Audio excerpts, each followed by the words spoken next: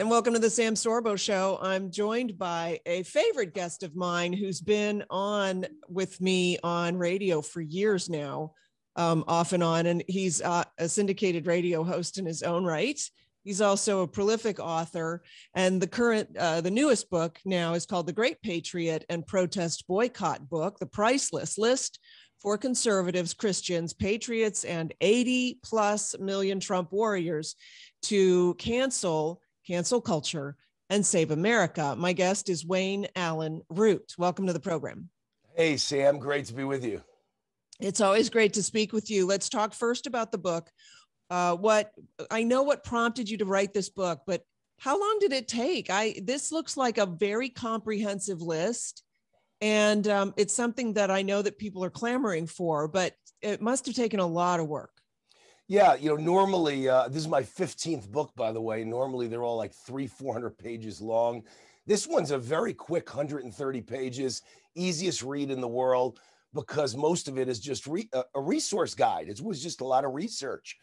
So I open with about a 100-page book about what I believe is happening to America, all the scams, all the Ponzi schemes, the media participating in the blackout of Hunter Biden's laptop and participating in the blackout of all the people dying and being crippled from the vaccine, participating in the blackout of the rigging and stealing of the 2020 election.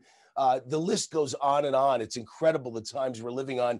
I happen to be Jewish, and I compare this to 1938. I do believe you can never compare anything to the Holocaust. Nobody's killing 6 million people, but I do believe you can compare it to the pre-Holocaust 1938, where they were busy poisoning the reputation and the brand of Judaism and Jews in front of millions of people. They're terrible. They're filthy. They're ugly. They've got to be isolated. They can't go to your restaurant. We got to close their businesses. We got to take their guns away. That was 1938. No Holocaust had started. It was just nonstop terrible propaganda of Jews.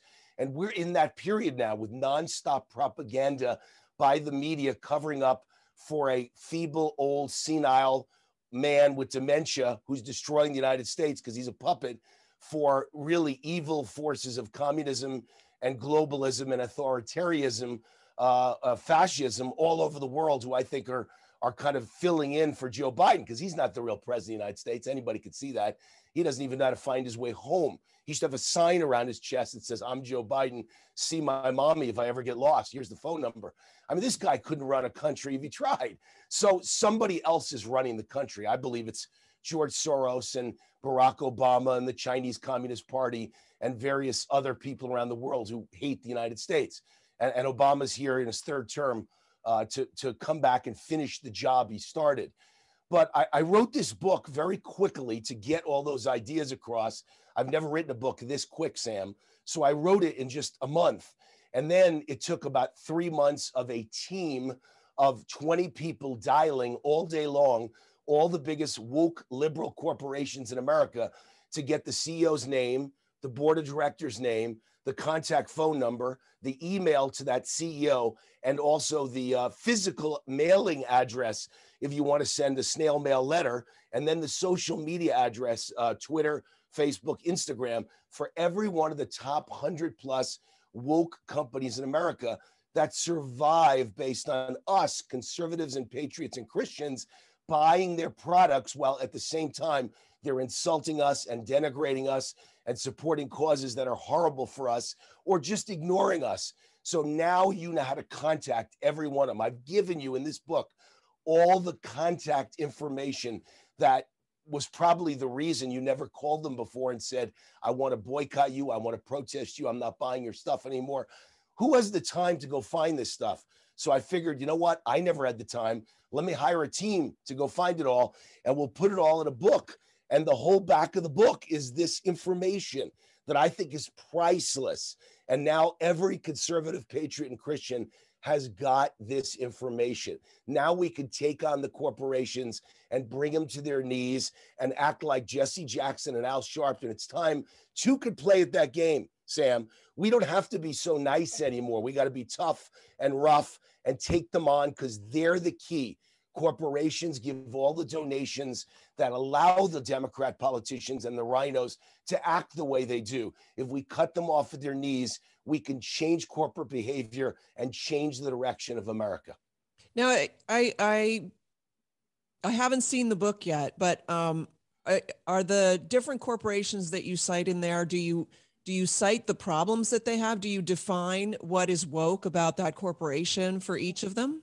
No, actually, I don't, because we just didn't have the time. I wanted to get this out right away. I personally made the decision which companies were the most woke and the most liberal based on hundreds and hundreds of news clippings that I've saved over the years on my computer that tell me which companies are bad. AT&T that owns CNN, Ben & Jerry's that constantly supports liberal and Palestinian causes and hates Israel. The list goes on and on. Victoria's Secret that's made the decision, that the people on the runway shouldn't be gorgeous, phenomenal 5'10" models that every man goes, wow, I want to buy those clothes for my wife. Now they're a bunch of transsexuals and incredibly obese women and women with, I can't even explain how bad it is. Nobody will ever buy their clothes again. So we go after those companies, the NFL, the NBA, Major League Baseball that moved the All-Star game because of voter ID, as if that's a big sin. In the NFL, they support Black Lives Matter. But to be honest with you, most of the companies on the list, their single biggest offense was giving millions or tens of millions to Black Lives Matter. To me, that's a Marxist, racist organization that hates cops, hates white people, hates men in the household, believes in Marxism, hates capitalism, hates America. Everything good about America is anti-Black Lives Matter. And so we got to stop these companies from their social justice platforms before they destroy this country. I'll give you one more example. Nordstrom is on the list, not just because they gave money to BLM, but because they've instituted a social justice platform where 1 out of every 2 managers they hire has to be a minority. These are the things that are destroying America. I don't have a racist bone in my body. I hope they hire all minorities if they are good enough to get the job. But you don't hire someone because of the color of their skin. How ironic is it that if you hired someone because they were white, you'd be a racist, but they're saying hire people just because they're Black or Hispanic, and that's not racism. It's the exact same racism, and we've got to take these people on. And I know it's working, Sam, because I got one email, one on Friday, just one saying, I bought your book. I immediately got to work. I sent out 3 emails, and the CEO, it went straight to the CEO's office. I never expected a reply. And 3 CEOs of billion-dollar companies responded to me and said, please tell me what's wrong. What did I do wrong? How can I prevent a boycott? Can you imagine if thousands called them and emailed them, or tens of thousands, or 100,000, or 1 million? We could take down entire companies' agendas. So, all of that's in the book. I didn't have time. I wanted to get it out so fast. I wanted it to get out 6 months ago. I barely got it out a week ago. We had a team of people dialing all day long. So I did the best I could. And we're going to have a follow-up book with all that information, and another follow-up book called The Great Patriot, instead of Protest and Boycott book, The Great Patriot Boycott book, that tells you the top 100 companies that support conservatives, Christians, and patriots that you should buy from. So all of this is coming together very quickly at light speed.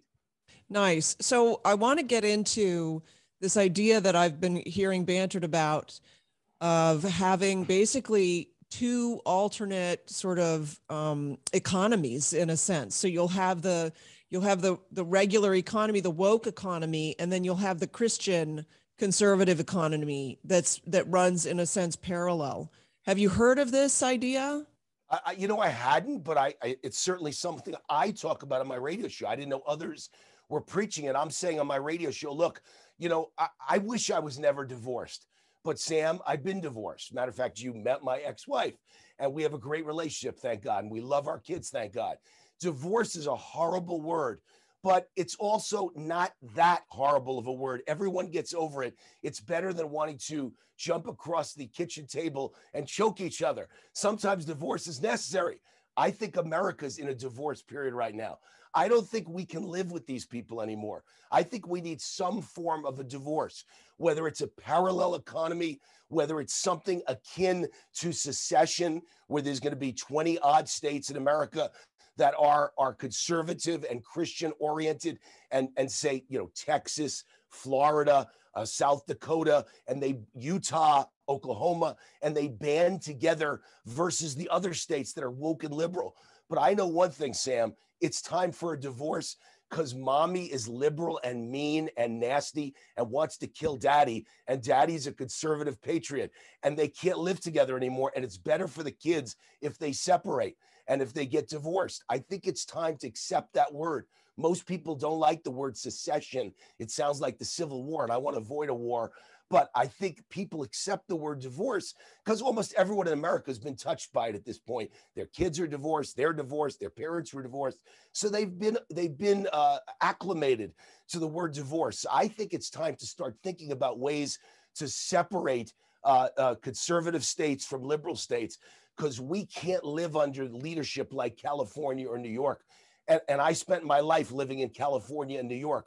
And then moved to Vegas 20 years ago and had the greatest 20-year run anyone could ever have. It was free here, and the income tax was zero here, and the business rules were nothing here compared to New York and California. I made money. I lived a great life. I bought fancy houses with all the money I saved in taxes. I could do what I wanted with the money. I went out to eat every night. What a great life. That's coming to an end. I could see now in the next 5 years, I'm going to have to leave Nevada because it's becoming a blue state. And the point is, we all need to go where we need to go. I'm looking at Dallas area. I'm looking at Florida, cities in Florida. I'm looking at new places to live, Park City, Utah, that are in red states where I can live my life and be left alone by government. Sadly, I don't think that's the future of Nevada. I think we're becoming a mini California, and it's probably all over. And how did it happen? Voter ID. As soon as you allowed illegal aliens to register at DMV to drive, they were also automatically registered to vote in Nevada. As soon as we gave that right that illegals can drive in our country and they're here illegally, they have no right to be here, you're giving them a license. At that moment, it had nothing to do with the license. It was a liberal plan to get them all registered to vote. And Nevada's a very red Republican state. Everyone I meet is a strong Republican. I can't say that in California.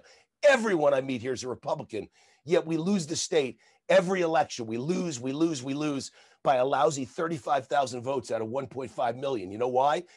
About 200,000 illegals are voting in the state, and that's the margin of victory. And once you allow foreigners who aren't legal in your country to decide elections and they get bigger welfare checks, that's the end of America. It's certainly the end of Nevada. So things are going very bad in Nevada, but they're going very good in some select red states like Texas, Florida, South Dakota, et cetera, Utah.